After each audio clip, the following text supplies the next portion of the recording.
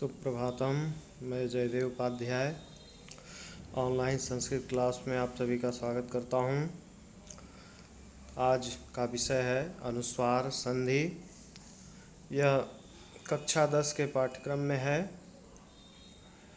संधि विषय के अंतर्गत अनुस्वार संधि करने वाला सूत्र है मोनुस्वारः, जिसकी वृत्ति है मान्तस्य पदस्य अनुस्वारो हलि।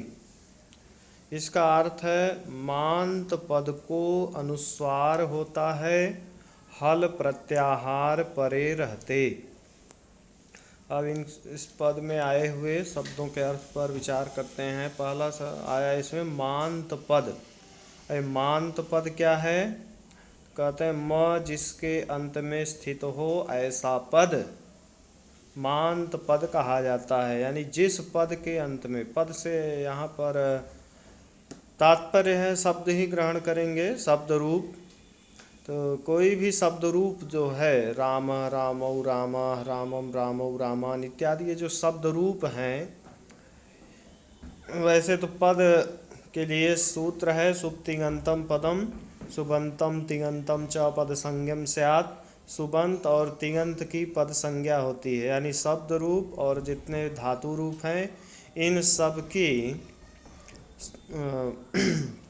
पद संज्ञा होती है। तो इस तरह से यहाँ पर हमें जो देखना है, शब्द रूपों के बारे में देख रहे हैं अभी, या धातु रूप भी कर सकते हैं। तो पहला यहाँ पर दूसरा जो शब्द आया इस सूत्र में वो है हल प्रत्याहार। तो हल प्रत्याहार में सभी व्यंजन वर्ण आ जाते हैं। हैवरट के ह से लेकर के हल के ल तक सभी व्यंजन वर्ण इस हल प्रत्याहार में आ जाएंगे। अब सूत्र कहता है मांत पद को अनुस्वार होता है, हल प्रत्याहार परे रहते। तो जैसे उदाहरण है हरिम वंदे। तो यहाँ पर मांत पद क्या है? पूरा हरिम शब्द है।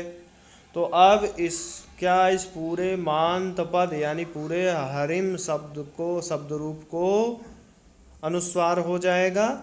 ऐसा प्रश्न उपस्थित होता है। तब सूत्र आता है अलोन्त्यस्य।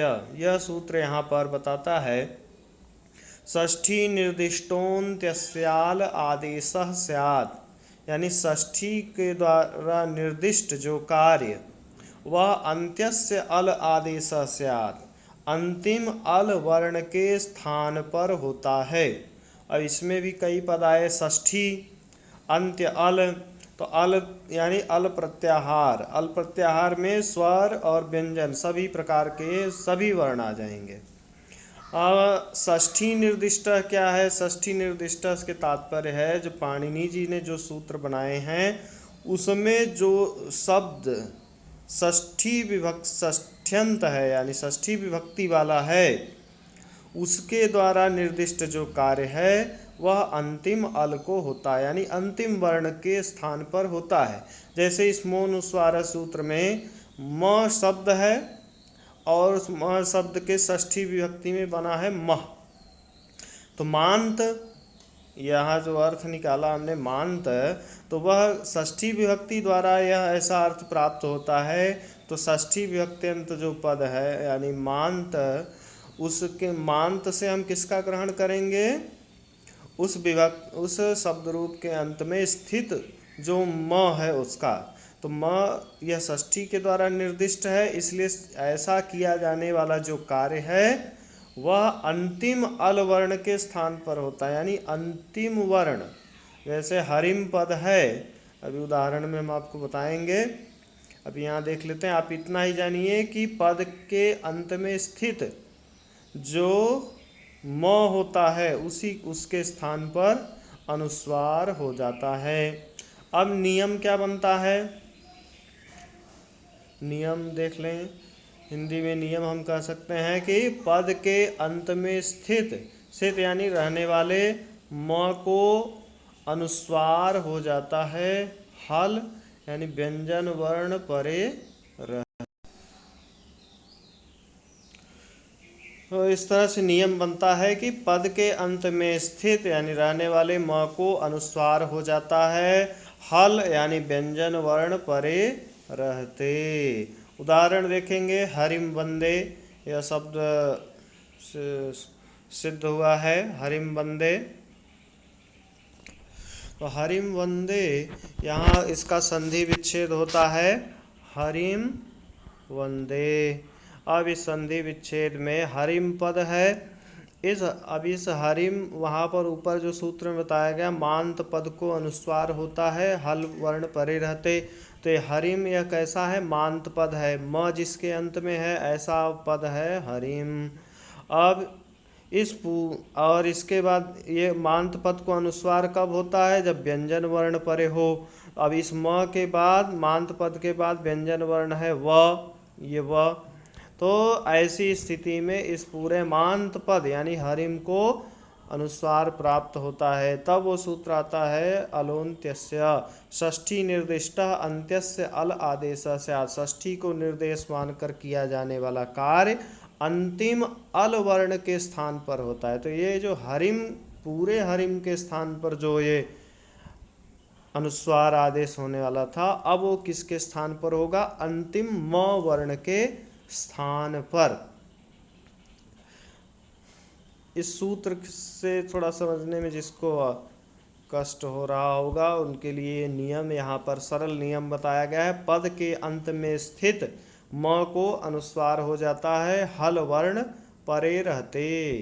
यहाँ पर हरिम है, वंदे है, पद हरिम पद है, पद के अंत में स्थित है म, उसके बाद व्यंजन वर्ण है व। अब ऐसी स्थिति में ये जो म है, ये म है, इसके बाद व्यंजन वर्ण परे है व। अब यहाँ पर क्या होगा? इस म को अनुस्वार हो जाएगा। देखिए यहाँ पर तीर के द्वारा दर्शाया गया है, इस म को क्या हो गया? अनुस्वार हो गया। अब ये म यहाँ से हट जाएगा, केवल अनुस्वार है। तो अब क्या इस कैसी स्थिति बनती है? हरि हरि अनुस्वार और वंदे। अब यहाँ पर ये अनुस्वार पूर्ववर्ती अच में जाकर के लगता है, तो हरिम में जो ई है, ई के ऊपर आकर के यह अनुस्वार लग गया। तो इस तरह से हरिम वंदे, इस तरह से यह शब्द सिद्ध होता है, यह उदाहरण बनता है। इसी तरह से आगे देख लेंगे, त्वम गच्छसि, यह संधि करके बना शब्द है। त्वम गच्छसि, संधि विच्छेद होगा त्वम धन गच्छसि। यहाँ पर मांत पद है त्वम और इसका अंतिम वर्ण है म। वो पद के अंत में स्थित है म और उसके बाद व्यंजन वर्ण है ग। तो म पद के अंत में स्थित म के बाद है व्यंजन वर्ण ग। तो ऐसी स्थिति में म को क्या हो जाता है? अनुस्वार हो जाता है। तो म को हो गया अनुस्वार। तो अब क्या हो गया? ये अनुस्वार आकर के पूर्ववर्ती व में जो अस्थित है उसके ऊपर लग गया। तो बन गया त्वम गच्छसि। इस तरह से त्वम गच्छसि बन गया। इसी तरह से अन्य उदाहरण देखें, पुस्तकम पठसि। यहाँ पर संधि विच्छेद है, पुस्तकम धन पठसि।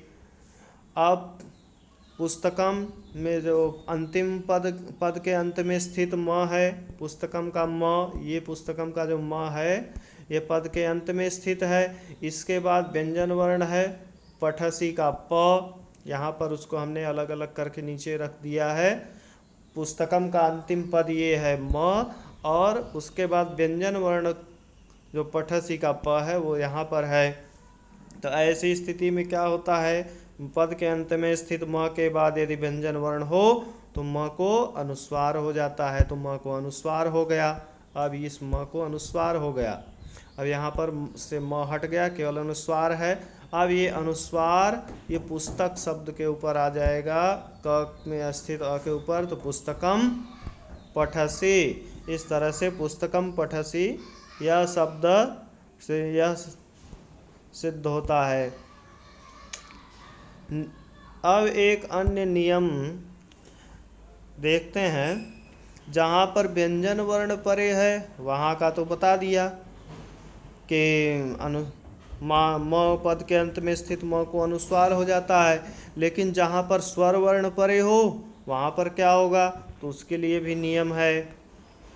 नियम यहाँ पर लिखा हुआ है, पद के अंत में स्थित म के बाद स्वर वर्ण आए तो म आगे आने वाले स्वर के साथ मिल जाता है। ध्यान देंगे पुनः एक बार, पद के अंत में स्थित म के बाद स्वर वर्ण आए तो म आगे आने वाले स्वर के साथ मिल जाता है। उदाहरण देखेंगे, जलम आनय, यह शब्द है जलम आनय, इस तरह से बना हुआ है, संधि विच्छेद है जलम आनय। यहाँ पर पद के अंत में स्थित है, जलम ये पद है, पर इसके अंत में स्थित है म, इसके बाद स्वर वर्ण है आ, तो म, अब इसको नीचे हमने स्पष्ट करने के लिए लिख दिया है, ये है पद के अंत में स्थित म और इसके बाद आने वाला वर्ण है आ। तो ऐसी स्थिति में क्या होगा, यह म वर्ण बाद वाले स्वर वर्ण में जाकर में आगे आने वाला है, यानी उस म के आगे आने वाला, ये म है, म के आगे आने वाला है, यानी म के बाद आने वाला जो आ है इस स्वर वर्ण में आकर के मिल गया, तो म और आ दोनों मिल करके बने मा। तो ऐसा बनने के बाद अब यहाँ पर क्या होगा, म तो हट गया है तो जल है, और ये जो शब्द जो नया वर्ण बना मा, और यहाँ पर आ निकल गया है, ये आ इसमें जुड़ गया है, केवल नय बचा है, तो जल मा नय, इस सबको मिला देंगे तो जल मानय, इस तरह से बन जाता है। इसी तरह से पुस्तकम अपठत, यहाँ पर ये पुस्तकम का म आकर के अपठत के आ में मिल जाएगा तो पूरा म बन जाएगा, तो पुस्तकम अपठत बन गया। इसी तरह से अहम आगच्छामि, यहाँ पर अहम का म है, इसके बाद स्वर वर्ण है आ, तो म जाकर के ये म, अहम का म जाकर के आगच्छामि के आ में मिल जाएगा, और दोनों मिलने के बाद क्या बन गए, आ। तो इस तरह से यहाँ पर अहमागच्छामि ये पूरा बन जाता है, अहमागच्छामि। तो स्वर वर्ण परे रहते और व्यंजन वर्ण परे रहते, दोनों ही स्थितियों में क्या होता है आपको बता दिया गया। एक बार पुनः नियम को हम देख लेंगे, ये थोड़ा सा सरल करके नियम लिखा है, इस तरह से करने पर ये थोड़ा जल्दी याद होता है, ऐसा कुछ छात्रों ने मुझसे कहा था, इसलिए मैं इस तरह से भी नियम को लिख करके दिखा दे रहा हूँ। इस तरह से भी आप याद कर सकते हैं, दोनों में कोई विशेष अंतर नहीं है। पद के अंत में स्थित म के बाद, ये यहाँ पर में लिखा गया है, इसको म पढ़ेंगे आप, ये इस तरह से म है। पद के अंत में स्थित म के बाद कोई भी व्यंजन वर्ण आए तो म के स्थान पर अनुस्वार हो जाता है। ठीक है, इस तरह से याद करने पर जल्दी याद होता है, जल्दी समझ में। पद के अंत में स्थित म के बाद कोई भी व्यंजन वर्ण आए तो म के स्थान पर अनुस्वार हो जाता है, यह नियम हो गया। इस तरह से भी आप याद कर सकते हैं। अब जैसे कुछ उदाहरण देखते हैं, त्वम करोसि, ये संधि विच्छेद है, त्वम धन करोसि, यहाँ पर म, त्वम के म के बाद करोसि ये क व्यंजन वर्ण है, यानी पद के अंत में स्थित त्वम ये पद है, इसके अंत में स्थित म है, और इस म के बाद व्यंजन वर्ण है क, अतः इस म को क्या हो गया, अनुस्वार हो गया, तो ये म यहाँ पर अनुस्वार बन गया और ये त्वम करोसि बन गया। रामम वंदे, रामम वंदे, इसी तरह से पद रामम पद है, पद के अंत में स्थित है म, और इसके बाद वंदे का व ये व्यंजन वर्ण है, अतः रामम का जो म है उसके स्थान पर अनुस्वार हो गया, तो बन गया रामम वंदे। अहम गच्छामि, ये अहम पद के अंत में स्थित म है, इसके बाद व्यंजन वर्ण परे है ग, तो ये म ये आगे वाले वर्ण के ऊपर आ गया, स्वर व्यंजन अनुस्वार में बदल गया, तो बन गया अहम गच्छामि। त्वम, इसी तरह से त्वम चलसि पद के अंत में स्थित म है, त्वम पद है, अंत में स्थित म है, इसके बाद व्यंजन वर्ण है च।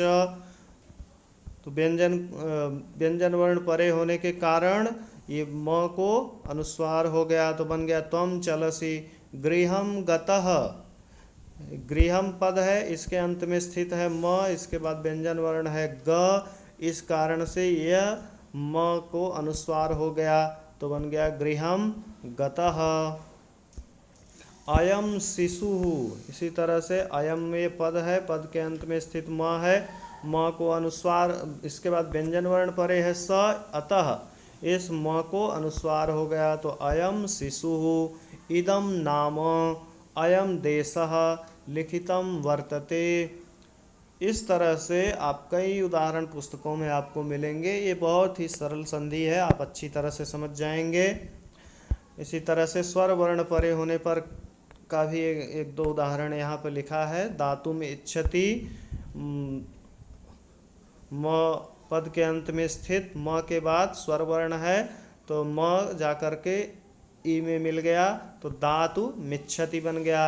इयम एव पद के अंत में स्थित म, उसके बाद स्वर वर्ण परे है, अतः यह म जाकर के बाद वाले ए में मिल गया, तो दोनों मिल करके बन जाते हैं में, तो ईय मेव इसी तरह से बनता है।